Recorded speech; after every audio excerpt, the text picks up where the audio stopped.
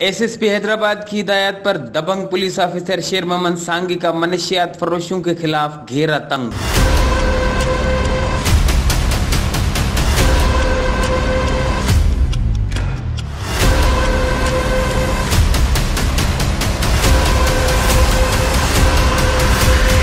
SHO शेर मोहम्मद सांगी police station बुड्ढानी की अपने स्टाफ के हमरा मनशियात के खिलाफ कार्रवाई। जेड21 और मैनपुरी की भारी मिकदार बरामद। बाइको पंप बाईपास पर खुफिया इतला पर एसएचओ शेर मोहम्मद सांगी ने अपने स्टाफ के हमरा कार्रवाई करते हुए मुल्जमान नदीम बिरोई और जाहिद बिरोई को कार नंबर BPX 302 और भारी मिकदार में मनशियात के साथ गिरफ्तार करके मुकदमा दर्ज कर लिया।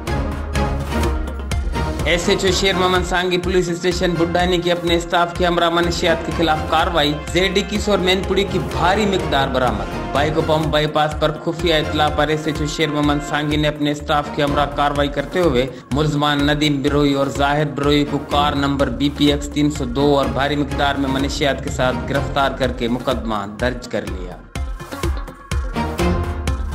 HRJDO न्यूज से अब तक के लिए बस इतना ही। मज़ीद खबरों और अपडेट्स के लिए देखते रहिए HRJDO न्यूज।